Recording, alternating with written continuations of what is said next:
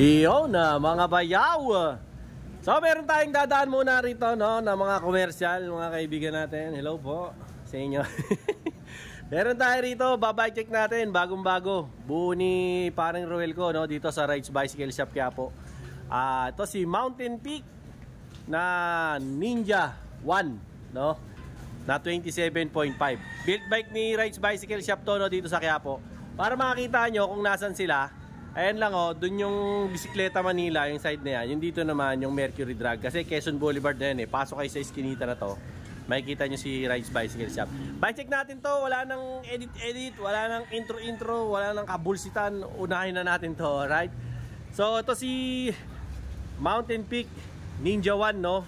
Internal cable na rin siya. At the same time, ang kanyang head tube po ay humahaba ng 100mm no.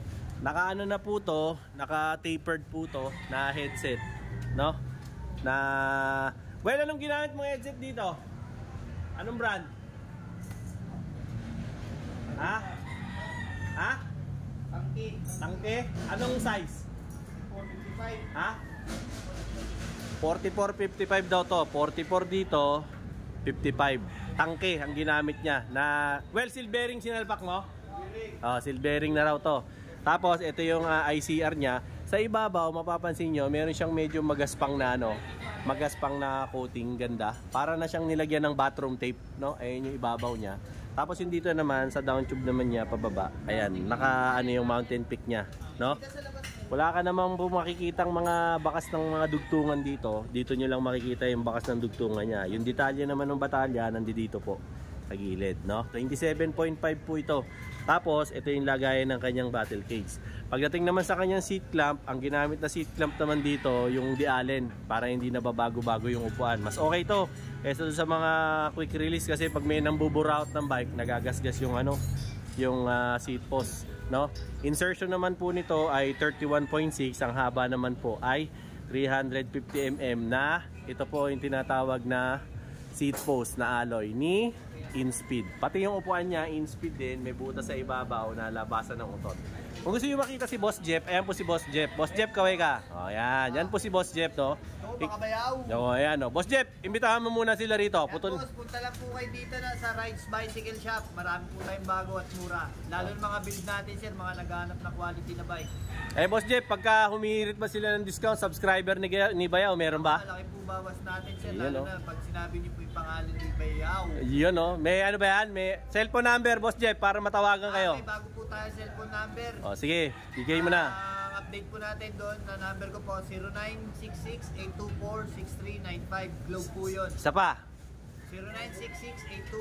0966-824-6395. Alright. Boss Jeff, anong mode of payment ang tinatanggap mo rito? Gcash, through Gcash, cash, tapos pwede po Palawan, saka bank transfer po. Cebuana, pwede rin. Pwede rin po, saka meron, gusto nyo po mag-avail ng home credit, meron din po tayong 2 valid IDs lang po. Dali nyo po. Ayan. May shoutout ka ba? Shoutout po sa mga subscriber ni Bayaw dyan. Yung. Talang po. Yung. Maraming salamat, Boss Jeff. Babalik nga tayo rito, no? Pagdating naman sa kanyang crank, no? Ang kanyang crank teeth ay ilan po? Ilan? 34. 34 teeth po, no? Tapos Halotech na po. Naka-Halotech na rin po ito na bottom bracket, no? 170mm po yung haba ng kanyang arm. 9/60 naman po yung salpakan ng kanyang pedal, no? Tapos ito po yung ginamit sa kanyang kadena. Kayo na po ang mag-check. Nakaukit yan. Heroic po yung ginamit sa kanya na 100 din yung kadena niya. oh, ayan. Shimano na M6100. Heroic po yung ginamit sa kanyang sprocket. 11 yung pinakamaliit. Pinakamalaki naman po ay 50 teeth, no? 12 speed po ito, no? Pagdating naman po sa kanyang RD, no, ginamit sa kanya ay si Shimano 6100. Ito po yung kanyang clutch. Okay?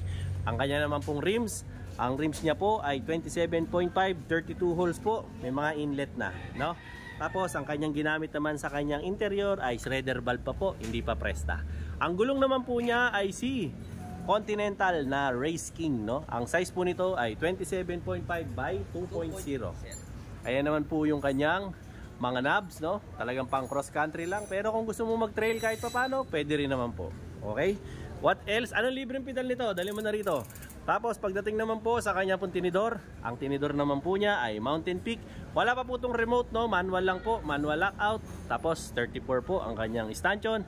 Ang kanya naman pong haba ay 120mm na air shocks na travel po. Okay? Pagdating naman po sa kanyang hydraulic brakes, naka Shimano na MT200, no? Shifter niya po, M6100 din po na 10 na 12 speed. Pagdating naman po sa kanyang manibela, 800mm na meron pong back sweep na 9 degrees ni in speed. Pagdating naman po sa kanyang stem, ang stem naman po niya ay alloy din, kagaya ng manibela. Pero ito po ay humahaba ng 70 to 80 mm. 31.8 naman po ang clamping nito. At syempre, ito po ay alloy, no? Kung sasabihin niyo naman po kung meron tong negative, wala. Hindi to negative stem, no? Spacer niya, ayan po yung ginamit, no? So wala pa pong kaputol-putol yan, yung tinidor na yan. So kayo na lang po ang pumutol kung kursunada nyo pang putulan para yumuko, no? Ang libre naman po nating pedal ay ipapakita po sa atin ni Paring Dave. Shoutout ka muna. Shoutout pala sa mga family ko sa Capiz. Oh, yun, no? Basta pag-support na kay Bayaw. Oh, yun. Follow, like, and share. Ano pa? Wala na? Meron pa. Oh, ano pa? Sino pa babati mo? Wala na pala. Ayan, babati ka pa? Wala na. Tumati ako sa best friend ko. Mga bullshit. Ito naman yung ito naman yung pedal, no? Na libre. Ano pa magat nito? Tangke. Tangke. O yan, silvering na rin po to. Gaya rin po nung naging mga previous natin na pedal dito. Ang maganda rito, may mga spike na. Pero wag nyong gagamitan ng mga mga Samba OG o mga Jordan 11. Wag nyong gagamitan to, masisira yung mga Samba OG nyo dyan. Mga pang baragan nyo lang na sapatos ang gamitin nyo rito. Okay to kasi silvering na, at the same time kahit magkapalit-palit yan, malagay mo yung kanan sa kaliwa, yung kaliwa sa kanan, okay lang kasi universal na to. Okay? O ito po malilibre nyo. Hindi na walang kakwenta-kwentang pedal na nakakabit dito. Pwede No? din po ako nila ilibre. Ha? Pwede rin daw yan libre itong tukmol na to, si Lebron, no? Wala pa rin po tayong sign dito, malapit nang i-deliver yon kasi tinapboardan po nito ni Lebron at saka ni Kobe, no? Ngayon, ito po ang presyo ng ating Mountain Peak Ninja 1 na 27.5. Ito po ay nagkakahalaga ng 29,000 pesos, no? Siyempre dito nyo lang po yan mabibili kay Rides Bicycle Shop. Pili na lang po kayo kung anong gusto nyo, kung discount o di kaya ang gusto nyo freebies. Depende po yan. Hindi po pwedeng ibigay pareho. Pipili lang po kayo na isa, no? Sabihin nyo po, napanood nyo to kay Bayaw para bigyan kayo ng discount. Ayan, si Boss Jeff. Ito naman si Boss Dave. Ayan naman po si Boss Jenber. Si Paring Ruel na wala. Ito si Paring Harvey natin. Oh, ayan. Oh, ayan na, hanapin nyo rito, ha. Makikita nyo lang to sa Sega Street. Dito lang po yan sa Quezon Boulevard, Quiapo, Manila. So again, Dinoboy TV po, no? Siyempre, sa mga subscribers ko dyan, follow, like, share, and subscribe Dinoboy TV para lagi kayong updated sa aking mga latest na mga bike checks. Siyempre, yung mga bike shop visits at kung ano-ano pa regarding sa cycling world, no? Ano pa, no? Siyempre, yung mga kaibigan natin dyan sa iba't ibang bansa, no? Lalo na sa KSA, sa UAE, US, Canada, Japan, Malaysia, Vietnam, Laos, Germany, Italy, at Pilipinas, Luzon, Visayas at Mindanao. Maraming salamat po at sa pag-subscribe kay Dinoboy TV. Till then mga bayaw, Dinoboy TV po saying peace out.